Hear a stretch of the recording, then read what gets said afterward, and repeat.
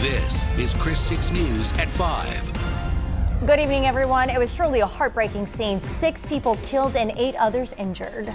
That happened late last night just east of Robstown. An SUV carrying more than a dozen people crashed into a drainage ditch on FM 1694 just north of State Highway 44. Chris 6 News reporter Emily Hamilton has been following this story all day long. She joins us now from the scene of that crash. And Emily, I understand you just attended a news conference with some law enforcement agencies about what happened. Lee, in that press conference, the Robstown EMS chief said in his 13 years on the job, this was one of the worst, most gruesome crashes he's ever seen, and several new details about the investigation were released, primarily by Nueces County Sheriff John Chris Hooper, who says because based on the age of the people in the car, the number of the people in the car, and their immigration status, this is being investigated as a human trafficking case. Now, we want to walk you through the details of just how exactly all of this took place. Last night, a little after 10, Robstown police were led on a chase by an SUV closely matching the description of this morning's crash, but because of weather conditions and rural terrain out here, they lost sight of that vehicle, and the pursuit was called off just before midnight.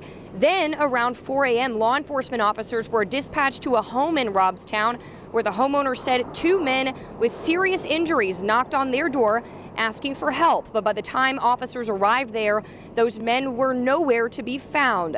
Now, a little over an hour later, Nueces County Sheriff's deputies saw 2 men who seemed to be injured walking along the side of the highway. That's when officers say they learned there were more people involved and critically injured. And about an hour later, officers found the scene of that deadly crash with deceased passengers still inside that SUV and several others ejected. And according to the 2 young men, there were numerous people either dead or severely injured. And it was shortly after 7 a.m. that the crash was located, and it was a significant distance from pavement. So it took first responders a lot of effort to get down to the scene. Now, at this time, Border Patrol agents as well as Nueces County Sheriff's deputies are still looking for one person believed to be involved in that crash, potentially the driver of that vehicle.